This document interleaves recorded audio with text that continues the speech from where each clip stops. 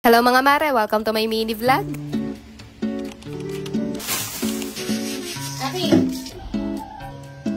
Sobrang saya na naman nga ng pusong nanay ko mga mare dahil eto at nakatanggap tayo ng kitchen hygiene essentials from Cheers. Sobrang nakakataba ng puso etong mga pinadala nila dahil perfect na perfect nga to sa aking everyday linis area dito sa aming munting tahan. Eto nga at meron pa rin silang pag-greeting card dito sa loob. Iba-ibang klase etong mga pinadala nila. Merong tissue, dishwashing liquid, garbage bag, tsaka mga gamit pang linis. Saktong-sakto nga mga mare dahil araw-araw talaga gamit na gamit namin tong mga to sa bahay. Sakto nga din at naubusan na ako ng kitchen tissue kaya eto at may pang refill na ako. Makapal yung pagka-tissue nitong kitchen towel nila, napaka-cute din ng design. Natutulog pala yung batang maliit ng mga oras na yan pero maya-maya din nga bigla na rin siyang nagising. Maganda nga yung gising niya at hindi naman nag-iyak kaya eto at pinagbuksan ko na muna siya ng TV. Tapos ayan mga mare at nagtimpla lang din ako ng kape ko. At habang naglilibang-libang pa nga yung batang maliit sa panonood ng TV, eto at tinuloy ko na rin muna yung ginagawa ko. Nilabas ko lang yung basura dun sa kusina at eto nagpalit na rin ako ng garbage bag. At syempre ginamit ko na rin itong mga bagong garbage bag from Cheers. At maya-maya nga lang din nag-ungot na tong batang maliit kaya ayan at binigyan ko na muna ng biskuit. At habang chumichicha pa nga siya doon, eto at naglinis lang din ako ng mabilisan dito sa CR namin. Minsan din talaga advantage na maliit lang yung bahay nyo dahil isang silip ko nga lang dito makikita ko na kagad yung batang maliit. Kada isang kuskos, isang silip at baka kung ano-ano nang pinagagagawa sa labas. Etong ginagamit kong pang brush na-order ko lang online kaya kung bet nyo rin ilalagay ko na lang yung link sa comment section. May nag-advise kasi na hindi daw dapat parehong brush yung ginagamit sa mismong loob ng toilet bowl tsaka sa sink. And very open ako sa mga suggestions nyo lalo't may point naman talaga. Hindi naman kasi talaga hygienic na yung pinang-brush mo sa mismong loob ng toilet bowl ay hindi yung pang-brush mo sa upuan. Yun nga nitong na-order ko mga mare dahil 3 pieces set na siya tapos may drainage na sa pinakaibaba. Tapos detachable yung lagayan niya sa loob para madaling linisan. Inidikit lang siya sa wall kaya hindi na kailangan pa magbutas-butas. Malakas yung kapit ng pandikit niya. Tingnan nyo naman, napaka-space saver niya lang din. Napaka-aesthetic ng kulay niya kaya bet na bet ko talaga. At eto nga mga mare, habang busy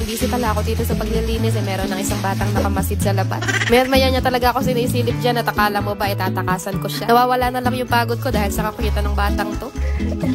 At eto nga, nililis ko na rin tong salamin dito sa CR namin. Nagbabalak pa nga sana akong bumili ng ganitong wiper, buti na lang at meron na ako. Naglalagay din pala ako ng albatross sa CR para fresh palagi yung amoy. Pagkatapos ko maglinis dito sa CR, eto nga yung nalabasan ko. News ko, kaya pala nananahimik, meron na namang milagrong ginagawa. Kakatapos-tapos mo lang sa isang ligpitin, meron na naman panibagong kalat. Mapapailing ka na lang talaga kapag meron kang ganitong kakulit na chikiting. Ito nga siya yung inutusan ko na magbalik nitong mga kinalat niya. Very good! Good job! No.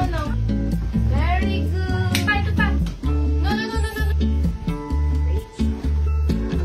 Good job! Ito pa, anak!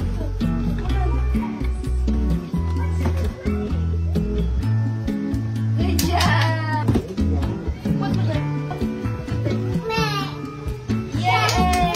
Good job! Buti na lang talaga mga mare, cute nakita ko dito sa batang to. Kung hindi talaga, babalik ko na lang to sa pinagalingan niya. Tingnan niyo naman nga kasi, kakaligpit-ligpit lang namin itong mga kinalat niya. Gusto na naman ulit kuhan. In-order ko tong cabinet na to dati dahil ang akala ko nga hindi niya to kayang buksan pero akala ko lang pala. Kaya paano mga mare, ayun lang muna ulit for today.